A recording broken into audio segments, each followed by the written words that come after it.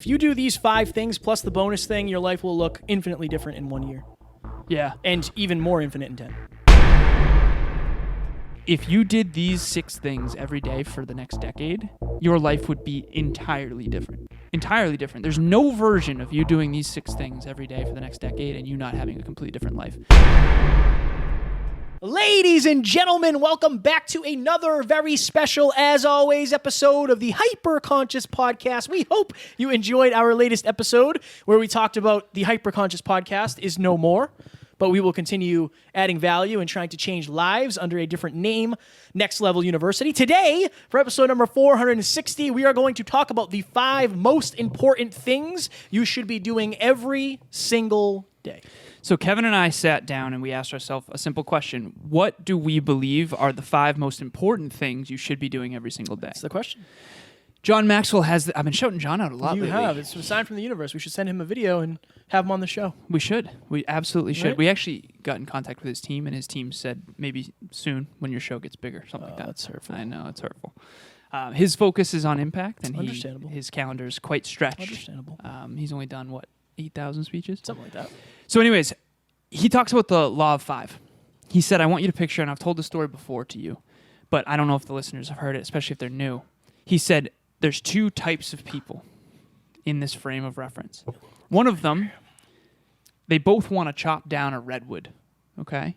And if you don't know what a redwood is, it's a massive tree. In California, there's a bunch of them. The tree trunk is 6 feet wide. And they both have an axe. One person goes out and chops at it 5 minutes straight, okay? 5 swings. We'll say 5 big swings. One person spends all day and does 500 swings. Second day comes. Same guy comes out, 5 swings. Other guy, 500. Third day, 5. Other guy, 300. Getting tired. Dwindles, eventually stops swinging. Okay?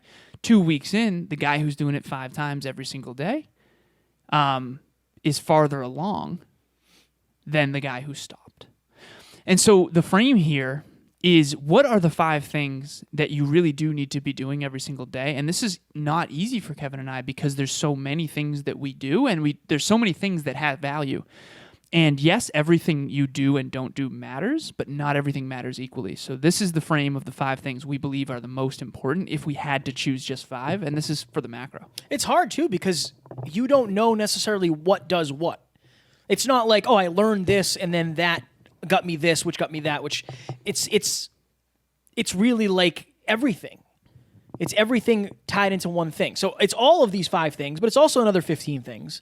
It's also certain people. It's also certain conversations. It's certain podcast episodes. It's certain behind the scene talks that we've had. Right. But whether you're just getting started, whether you're seasoned at personal development, we have found that most people don't have their systems down to a science like we do. Right. Right. And so that's the goal, is if you could only pick 5 things to get done today, these are the 5 things that are not only going to help you today, but they're going to help you in a year, 5 years, 10 years, 15 years, 20 years, 30 years. They're going to help you become the best version of you. And many of them will lead to what Kevin just described. So if you do these 5 things, these are what's going to lead you to those conversations. This is going to lead you to those opportunities and all that stuff. And I had mentioned earlier to Kevin, goal number 1, find the right train to get on. Goal number 2, get the train rolling. So build some momentum. Number 3, make sure the train never loses momentum. I think these are the 5 things that will make sure your life never loses momentum. All right. You want to hammer them? Yeah. And as always, we'll give you a bonus or 2 because it's hard to pick 5 for any of these things. Right. Like the 10 most empowering beliefs. I think we did 12 or 13. We did 12, We're always trying to give more than we are. More than we say we will. I can't talk. Number 1, learning. I should learn how to speak. So and I'll use examples for me too. Every single day on my system of success, 40 minutes of learning. Right. I try to listen to an audio book. I couldn't tell you the last day I didn't do it. I have no idea. Honestly. So I've listened to 40 minutes. And I think, so this is what happens. If I only listen to 20 minutes, I give myself a half point instead of 1. So I don't know the last day that I did not learn something. Right. I couldn't tell you. I can confidently say over a year. Yeah. Oh, yeah. Right? It's probably been years, It probably has. Yeah. But ever since that Brant conversation, at least. yeah. Because that was when did we go see him? A year and a half ago? I think so it's it's been at least a year and a half. Yeah. So think of that right off the bat. Are you consciously, intentionally learning every day? Are you sitting down with the intention of learning, or are you just hoping, maybe I'll come across some new knowledge today, right? I do it in the car. Yeah. On the way home from the gym. I don't do it on the way to the gym because I leave my house at 4:40 in the morning and I want music. I'm not listening to, anything educational on the way to the gym. On my way to the gym, I do motivational videos instead of like books as well. You got to get in the mood. You got to. And then, so on the way home, it's a 20-minute ride. I do 20 minutes. Yep. And I usually do 20 minutes in the morning when I'm foam rolling. There's my 40 minutes. Yep. Before 6 o'clock in the morning, I've already done, or before 7 o'clock, we'll say, I've already done my 40 minutes of reading. And it's when your brain is the most malleable as well in the morning. So just real quick for the listeners, what do you believe that one habit has done for you? Oh, God. And this is the thing, and I'll preface it with this. I always tell my clients specific specialized learning. Yeah. If you're struggling with sales, The Psychology of Selling by Brian Tracy, Sell or Be Sold by Grant Cardone, The Closer's Survival Guide by Grant Cardone. I'm not a huge fan of him, but he does have a lot of good points. Yeah. I'm sure I'm probably forgetting a million other books, but there's a ton of sales books. How to Win Friends and Influence People. Yes, for that's sure. a good one, Yeah. right? So when I'm struggling with a certain thing, I focus on that. Right. So it's helped exponentially. Every client I've ever gotten has been in part to the books I've read, Right. and the conversations I have with you, obviously. Of course. Relationship books. I listen to relationship books to help me in my relationship, right? I don't really listen to health books that much because I don't know. I kind of don't. I probably should. You watched yeah. Athlete X. Athlete X, for yeah. a long time when you were having trouble. Yeah. But now you feel like it's almost it is. It's focused learning based on what's going to get you to that next level. Yeah. And then in a weird way, it's not maintenance. Next level. Next You know, level. Next level. You. Oh. It's not maintenance, but think of it this way. I was having shoulder issues. Now I'm having trapezius issues, which is a whole other thing. But I was having shoulder issues. I learned from Athlete X and from Matt's mom, who's a physical therapist, about what I should be doing. Now I do those exercises every day. I took my problem, I turned it into a system. Now I do it every day while I'm learning. Right. So now I don't necessarily have to spend time learning more about that until the issue appears again. I mean, you could proactively, If I chose. but you only have so much attention. And this is what I would say as well. What has your attention has influence over your life. Yeah.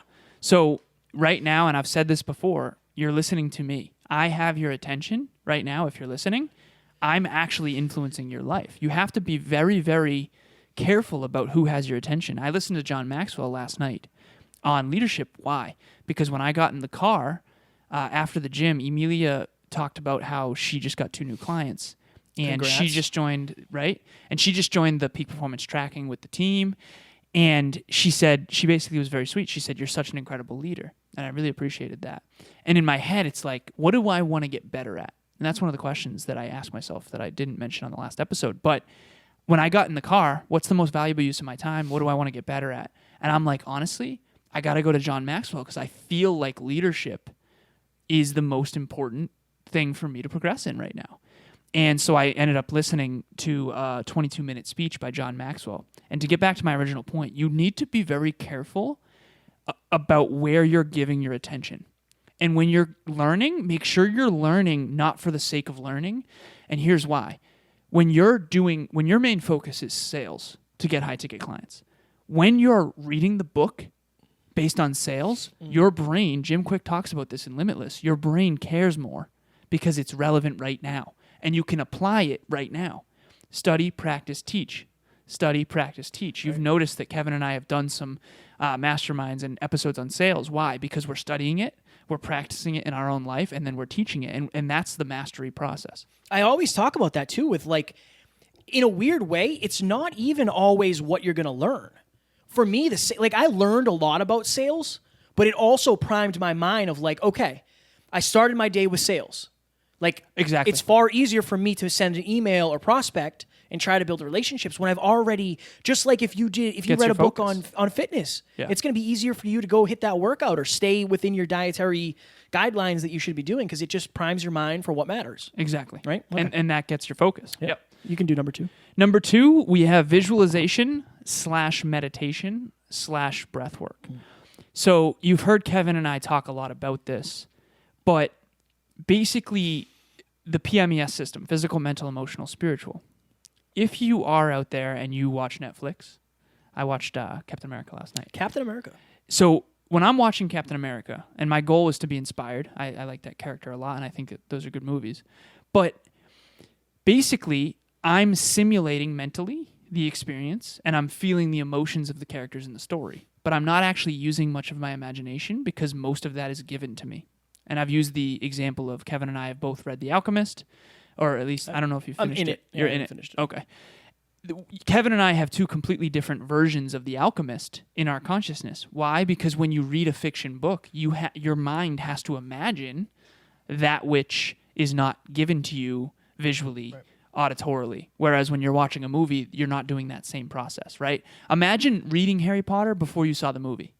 Once you see the movie, it's very hard to imagine, and that's why a lot of people who love books don't love the movies, is because it's like different than what their imagination was. That's a good point. So visualization, meditation, and breath work. If you want to manifest something, you actually must, and Bob Proctor talks a lot about this, you actually must visualize it in advance.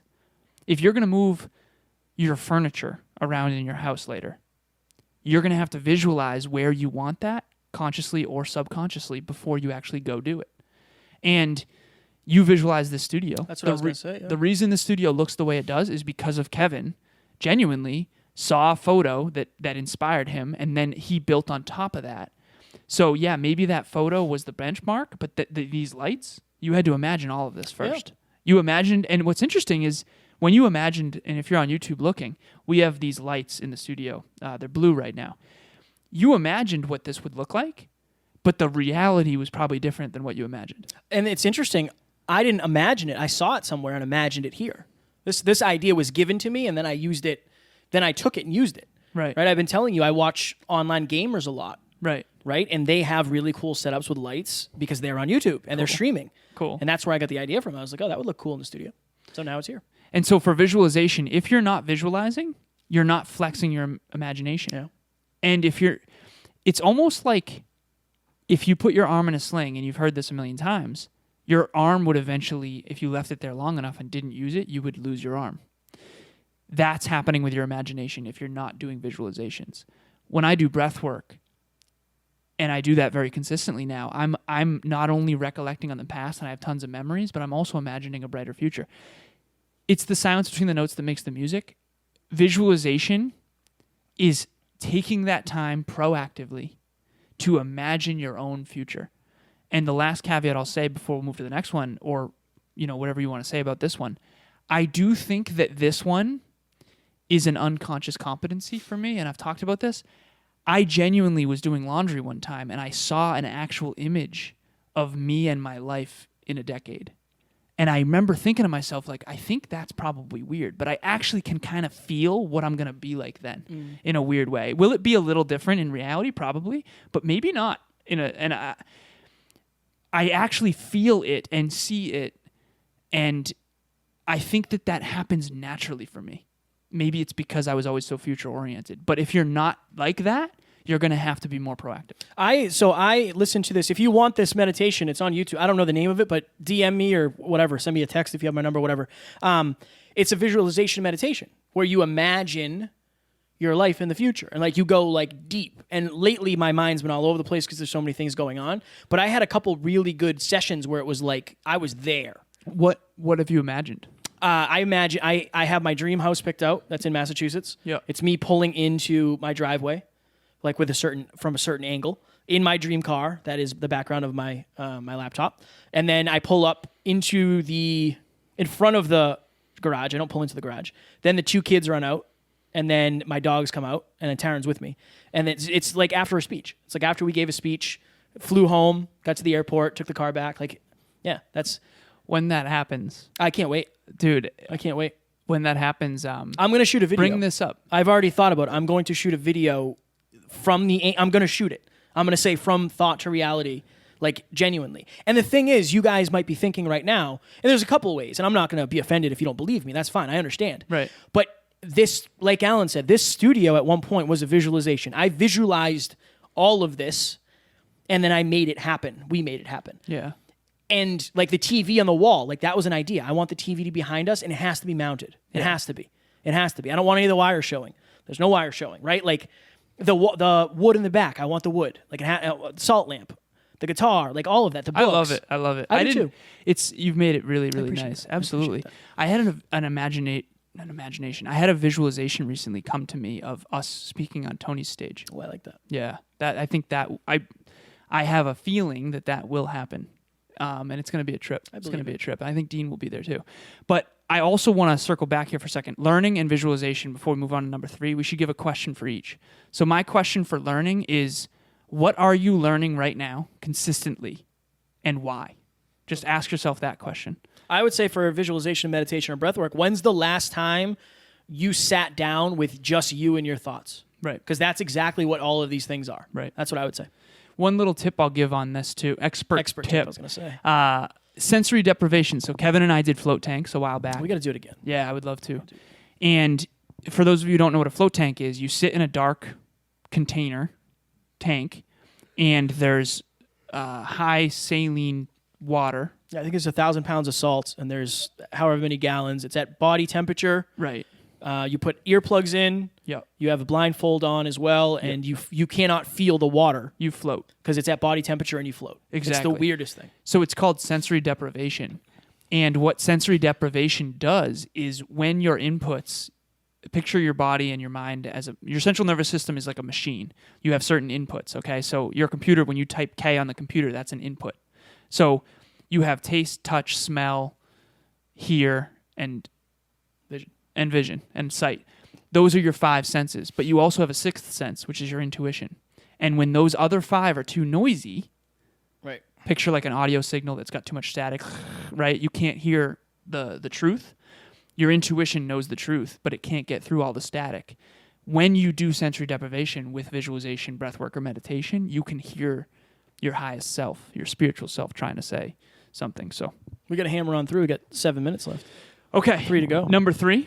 Number 3 is exercise, physical exercise. I don't care if it's weight training, if it's running, if it's Pilates, whatever it is, get into your body.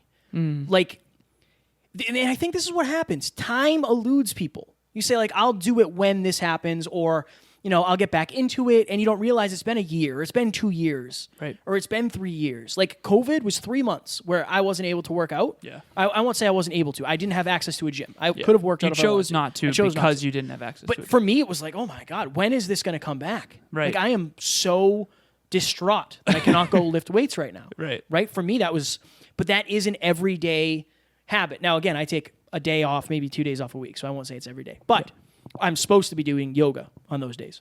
Right. Whether I do that or not, you can check my system of success. Why do you believe exercise is so important? Because if you're not improving your body through physical movement, weightlifting, whatever, then you're kind of getting worse. The body's meant to move.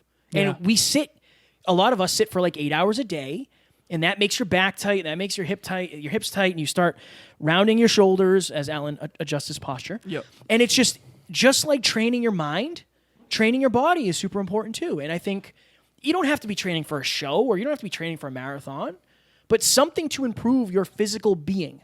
And I'm not even talking about for the mirror.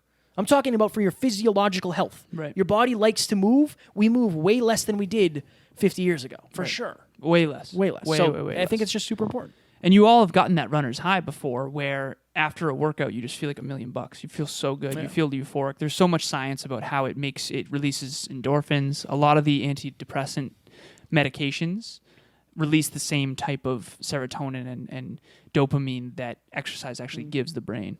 So it's not just, again, about looking jacked, although, it's important. It's somewhat important. It can be. But it's more so for your health. You know what's interesting? I'm realizing this. Learning is mental, M. Oh, yeah. Visualization is S, spiritual.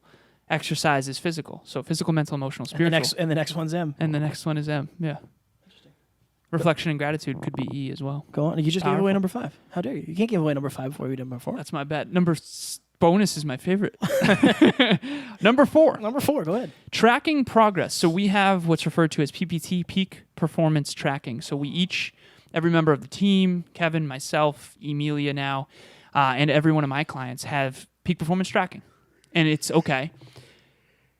if you had a friend who broke as many promises to you as you've broken to yourself, how much would you value that friendship? So the reason you're not investing in yourself is probably because you don't value yourself enough. And the reason you don't value yourself enough is probably because you're breaking promises to yourself. And so what do you believe are the things that you should be doing every single day in addition to these things? And are you tracking them? Now, the key about PPT is it's fully customizable. Okay, so Amy, I'll just use her as an example. She has study for physical therapy on one of her daily things that she tracks. 30 minutes of, studying. She's taking her board soon. She wants to be a physical therapist. I don't have that study physical therapy on my peak performance tracking. Right. So this is completely customized to you. We have an episode about how to design your system of success. Way back. Do you know what the name of it is? Oh, I think it was a live. We did a mastermind on it. It's a live mastermind. I think it's developing your system of success, probably, or something like that. It's probably in like the late 300s, if I were to guess. But basically, imagine if you had. What do you need to track in your life to make sure your life works? Is it making sure you're doing gratitudes for your intimate partner? Is it making sure you're tracking your weight and your calories? Is it making sure you're doing enough prospecting calls? What is it for you? And one thing that I'll say to Kev is, and I just mentioned this recently, when whatever you track gets focus, whatever you focus on improves. Yeah. So when I'm not tracking my finances consistently, making money isn't a natural focus for me. I have to force that to be a focus because impact is a natural focus for me. So naturally, I have to make sure money and impact are connected. If I want to have the most impact I can have, I have to force myself to track my finances so that becomes a focus, because the more money we make, the more people we can help. Yeah. And if you want to know how important the first the first three, I have learning, visualization, or meditation, or breath work, and exercise. I do too. Every day on my system of success. I do too. I also have the last two. Can you be specific? What are the labels you use for your PPT? I use 40 minutes of learning a day is what I do. It's called learning? Yeah. Yeah. Then I do meditation / breath work. Yep. Then I do weights / yoga. Right. Then I do, we'll get into the ones after, but yeah, those are all on there because I think those are, for most people, those are the baseline habits. Now, when it comes to like prospecting and stuff, yeah, if you have a business, you should be prospecting every day. It's almost like you won't prospect unless you do these other ones because you won't know you have to. Yeah. If you're not learning, you won't even know prospecting is a thing. Yeah. These are the ones that bring all the others. And I have, for me, learning is podcast / book. Yeah. Okay. Visualization, I don't have visualization. I have breath work plus my morning mindset workout. And then exercise, I have focused physique training. And I was broad on purpose because even if I can't weight train, because like I'm injured right now, my groin, I still do something for my physique specifically. And that could be yoga or whatever. And then tracking progress, we PPT every day. Number 5. Reflection / gratitude. I think when it comes to visualization, meditation, and breath work, this is another one that is very underutilized. At the end of the day, and Alan and I were talking, I don't really do as much reflection as I should. I have done more in the past, but I will get back on that. Or gratitude. Every night I say what I'm grateful for. Every morning. So every night I say what I'm grateful for about Taryn. Every morning I write 5 things I'm grateful for just in general. Yeah. So I'm doing that every day as well. That's on the system. You do reflect a lot whenever you're down. Usually I've noticed that when I'm burning down, I go back. Proactive. It's quite reactive. Yeah. But you are using it. I am. Just not as well as I should. Why do you think reflection's so? Because I think it depends on who you are, but I think if you're lower on the drive to 5, you don't focus on the wins very much, and you won't understand how far you've come. You might think you haven't made that much progress when you have. Right. I just crossed number 70, I think 77 episodes with a client together. And I was like, we've crossed 70. John Laredo, you guys, he was on one of the masterminds. I said, we crossed 77 episodes together. Can you believe that? Like, do you remember when we first started and I came to your house and like, you know what I mean? It's mind blowing to reflect on. Yeah, I remember that. How crazy that is. Yeah. It's just mind blowing. I showed Kevin a photo. We got to go quick here. Yeah, that's right. I showed Kevin a photo of me 5 years ago. Oh, yeah. 4 years ago. Yeah. And you're like, you look 14 years younger. Literally, don't underestimate the building blocks, what they can do over time. If you start building a house today and you never stop building that house, it's going to look like a mansion in 10 years, even though it's going to feel like a struggle along the way. Okay, number bonus. Number bonus. Go ahead.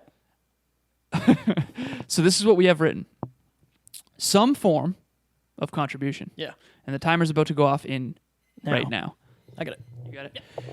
Okay, so Kevin and I, we have this, it's funny, the clip that you made for our speaker reel Oh, yeah. is actually still awesome. It's on my morning mindset workout. Bad. It's like video number 12 or something like that. We'll bump that.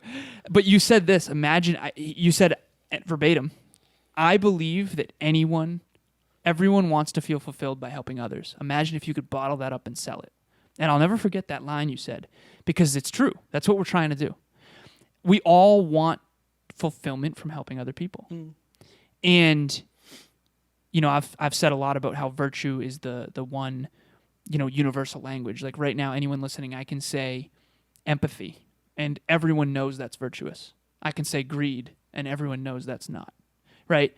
And so if you're out there right now, you want to contribute beyond yourself. Whether you've admitted that to yourself or not is the question. And then once you admit that virtue and contribution is a focus, now you got to get clarity on how you want to contribute. Because there's a million ways to contribute. I can give Kevin $100, please, or I can teach Kevin how to sell 100, and then he'll make money forever. Yeah. For me, I choose the latter. But there's a million ways to help people. There's actually infinite. The question is, are you clear on yours, and are you doing it daily? I think this is I had a breakthrough when you were talking. Not bad. I think that lately. Yeah, right. I think there's two default human behaviors. I think there's greed, and I think there's giving. What's the opposite of greed? Yeah, it would be giving. And one of them's hoarding for you. And I think they're based on two things: abundance and scarcity. When you're scarce, you're greedy. When you're abundant, you're willing to give. Yeah. Right. And if you're scarce, it's going to be hard for you to contribute because you don't feel like you have enough for yourself. I know. If you and I have this water, and there's almost none left, it's here. It's going to be hard for me to contribute to your water intake because it's like, yo, man, I'm going to die if I give you this water. I know. And I think that's how a lot of people operate. Yeah. They feel. And that if you way. can That's switch fire. that abundance, it's from scarcity to abundance, and it's not easy, but this is what S will do. This is what the visualization, the meditation, the breath work, the reflection, the gratitude, this is what it'll do. It'll switch from scarcity to abundance. What's your main focus of contribution? I know we got to go. The podcast. Yeah. And anybody who reaches out, like I want to try to talk to them as much as I can. It's not always easy. I don't always have a full conversation. And again, that's scarcity too, time-wise. Yeah. It's very difficult when you only have so much time. But 10-second blips? 10-second blips. If you do these 5 things plus the bonus thing, your life will look infinitely different in 1 year. Yeah. And even more infinite in 10. Fire. My 10-second blip is that you, if you're out there, are probably very much overestimating what you can do in a day and very much underestimating what you can do in a decade. If you did these 6 things every day for the next decade, your life would be entirely different. Entirely different. There's no version of you doing these 6 things every day for the next decade and you not having a completely different life. Very last thing I promise. Quickly, we're going to run it. This camera's going to shut off. Oh my goodness. Trying to have an extraordinary life without wanting to do the things necessary to be an extraordinary person is a losing game. It's going to be tough. Ladies and gentlemen, we hope you enjoyed this. We have one more episode after this where we will be the Hyperconscious Podcast. We're interviewing Jake Kelfer in a couple days. I'd love to tell you how the interview goes or went, but I can't because we haven't done it yet. But Jake is an amazing dude trying to change lives. We very much are looking forward to that. We hope you enjoyed this, and we will talk to you on Sunday. Talk to you soon. Bye.